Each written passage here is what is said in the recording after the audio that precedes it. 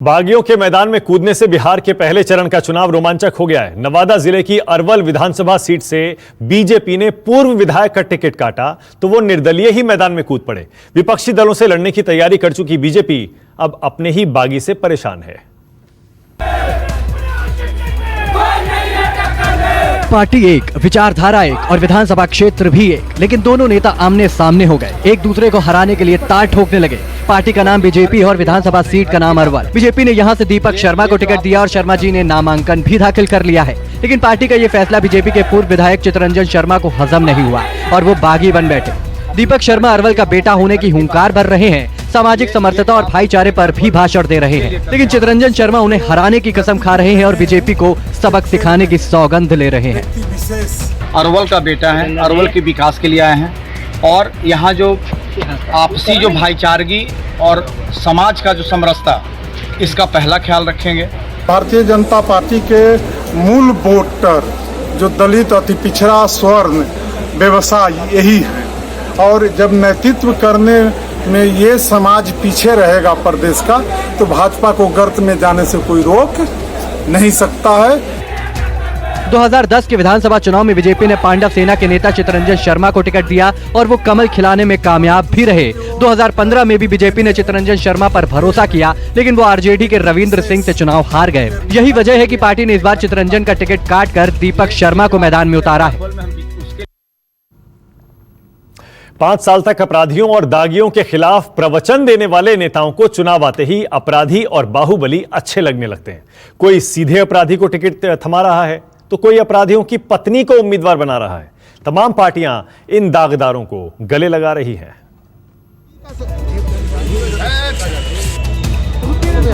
बिहार के चुनावी चौसर में एक बार फिर से बाहुबलियों की बहार है। नवादा से रेप के दोषी और जेल में बंद बाहुबली राजवल्लभ यादव की पत्नी विभा देवी मैदान में कूद पड़ी हैं। आरजेडी ने रेप के दोषी विधायक राजवल्लभ यादव से तो किनारा कर लिया, लेकिन उनकी पत्नी को 2015 के चुनाव में टिकट थमाकर विधानसभा पहुंचा दिया। एक बार फिर टिकट हासिल करने में कामयाब हुई विधायक विभा देवी अभी से ही जीत का सिंबल दिखा रही हैं।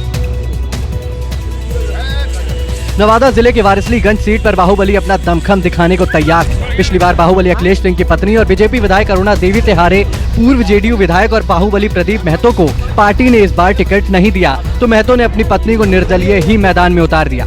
अनीता देवी को विकास शब्द बोलने में भी दिक्कत हो रही है, लेकिन अपनी जीत को लेकर वो एकदम निश्चिंत है। जेडीयू और बीजेपी कहने को तो गठबंधन में है, लेकिन पिछले चुनाव में दोनों पार्टियों के प्रत्याशी इस बार आमने सामने हैं।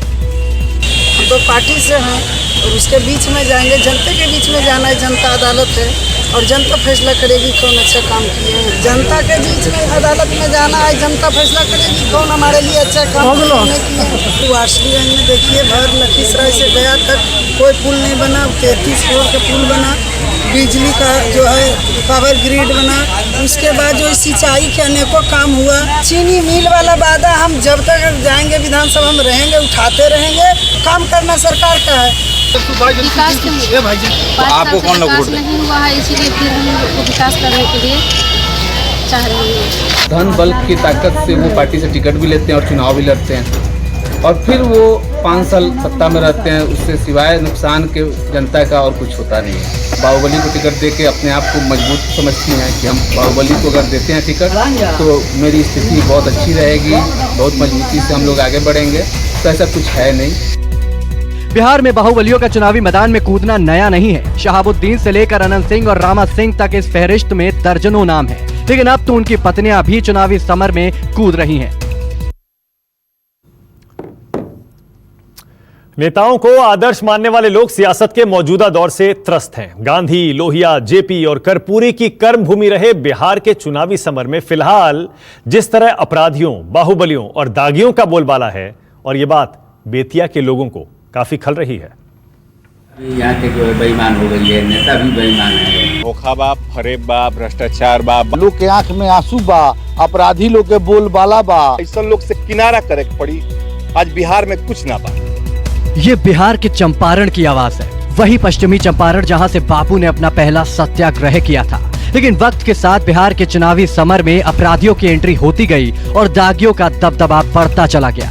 बुजुर्ग नौजवान सभी सियासत के इस दौर से दुखी हैं, नाराज हैं। सियासी दलों के खिलाफ इनके मन में गुस्सा है, अफसोस है, लेकिन इनके भीतर परिवर्तन की एक उम्मीद भी बाकी है।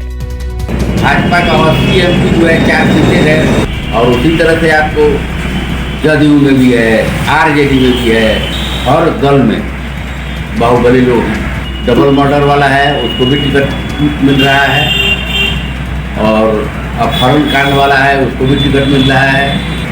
तो उससे क्या पक्ष रखेंगे? आदर्श राजनीति का।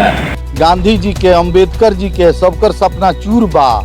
दोसर का बा बिहार में, लोग के आंख में आंसू बा, अपराधी लोग के बोलबाला बा। ये बेरा भ्रष्ट अपराधी के बोलबाला बा, उहे सरकार बा। स्वास्थ्य शिक्षा सबके सुधार चाहिए, वैसने सरकार चाहिए जो गरीब जनता के भलाई करे, गरीब जनता के रखवारी करे, वैसने हमनी के सरकार चाहिए। राजनीति पहले रहे, जहाँ गांधी, अंबेडकर, लोहिया, कर्पूरी ठाकुर जैसन जन सेवक रहे। आज कुछ ना बा। आज अपराधी के बोलबाला बा। साहबुद्दीन, अनंत सिंह, मंजू वर्मा जैसन बलात्कार के संरक्षण के लोग बा। आज बिहार में कुछ ना बा। और भी जितना बाहुबली लोग बाटे, डाकू, अपराधी, भूमाफिया, स्वास्थ्य माफिया लोग बाटे, वैसन लोग के जब पार्टी संरक्षण दी, तब आज कुछ ना बाची बिहार में। जहाँ लोग बेरोजगार बा, त्रस्त बा, शिक्षा स्वास्थ्य खातिर सब चीज खातिर परेशान बा, ये बिहार बा। जौन केहू के आंख में आंसू ना देले हो, जौन केहू के हत्या ना कैले हो, जौन केहू के बलात्कार ना कैले हो, वैसन लोग के बदले के आवश्यकता बा। एबरा बिहार में बदलाव। सियासत और जंग में सब कुछ जायज होता है। बिहार के चुनावी रण में एक बार फिर यह बात साबित हो गई है। दागी उम्मीदवारों से किनारा करने का ऐलान करने वाले नीतीश कुमार की पार्टी जेडीयू ने मुजफ्फरपुर बालिका गृह कांड की आरोपी मंजू वर्मा को प्रत्याशी बना दिया है। मंजू वर्मा, ये वो चेहरा है जिसे कभी नीतीश कुमार ने अपने सुशासन बाबू की छवि पर दाग माना था। मुजफ्फरपुर बालिका गृह कांड में आरोप लगने के बाद उनसे इस्तीफा ले लिया था, पार्टी से भी निकाल दिया था, लेकिन अब चुनाव में वही मंजू वर्मा उनकी मजबूरी बन गई है। मुख्यमंत्री को मंजू वर्मा के दाग अच्छे लगने लगे हैं। बिहार सरकार की पूर्व समाज कल्याण मंत्री मंजू वर्मा को नीतीश कुमार ने चेरिया विधानसभा सीट से अपनी पार्टी का टिकट थमा दिया है। शेल्टर होम कांड की आरोपी मंजू वर्मा को प्रत्याशी बनाए जाने से हर कोई हैरान है, विपक्ष सवाल दाग रहा है, लेकिन सत्ताधारी पार्टी के प्रवक्ता को इसमें कुछ भी गलत नहीं दिख रहा। मंजू वर्मा जो जिस बिरादरी से आती हैं, इनका जो सोशल कॉम्बिनेशन इन्होंने बनाया है लौह पुष्प का, और उस जिस समय वो जेल में गई उस समय भी हल्ला ये उठा कि साहब माने आप एक मंत्री को मुजफ्फरपुर शेल्टर होम के मामले में हटा रहे हैं, हालांकि उनके यहाँ कारतूस वगैरह भी मिला था, और वहीं जो है दूसरा जो मजबूत जात का मंत्री है उसको आप नहीं हटा रहे हैं। ये सवाल उस समय उठा था, और इसको लेकर के कुशवाहा समाज में नाराजगी भी थी। हमको लगता है कि उसी नाराजगी को दूर करने के लिए नीतीश कुमार जी ने मंजू जी को टिकट दिया है। मंजू वर्मा का सरप्राइज का क्या तुक है? जब मंजू वर्मा समाज कल्याण मंत्री थे उनके ऊपर प्रश्न चिन्ह उठा था, बट जब सीबीआई ने उनको क्लीन चिट दिया है, सीबीआई ने उनके ऊपर कहीं कोई, तो काहे क्यों पनिश करें? जांच होती, जांच में जब आप क्लीन चिट मिलेगा तो वाई क्यों मंजू वर्मा को प्रश्न चिन्ह लगाया जाए? आप अपना देखिए ना, आप मंजू वर्मा पर प्रश्न चिन्ह लगा रहे हैं, और आपने जो महिला सशक्तिकरण और इस पर बात करते हैं, जो लोग महिला के केस में अभियुक्त हैं उनके परिवार को आप लोगों ने टिकट दे दिया।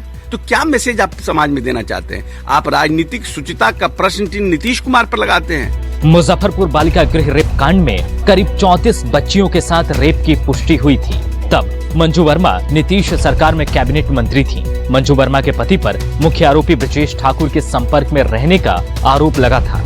यहाँ तक कि उनके घर से अवैध हथियार भी मिले थे। मंजू वर्मा के विवादों में घिरने के बाद नीतीश कुमार ने उन्हें मंत्री पद से हटा दिया था और पार्टी की सदस्यता भी छीन ली थी। फिलहाल मंजू वर्मा जमानत पर है।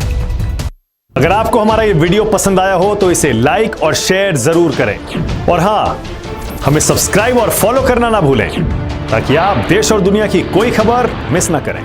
चाहे कोई ब्रेकिंग न्यूज हो या कोरोना वायरस से जुड़ी कोई भी अपडेट, पॉलिटिक्स हो या आपकी जेब से जुड़ी कोई खबर, इलेक्शन की कोई न्यूज हो, कोई कंट्रोवर्सी हो या फिर कोई वायरल वीडियो, सब कुछ मिलेगा न्यूज़ 24 पर। तो जुड़े रहिए हमारे साथ और देखते रहिए न्यूज़ 24।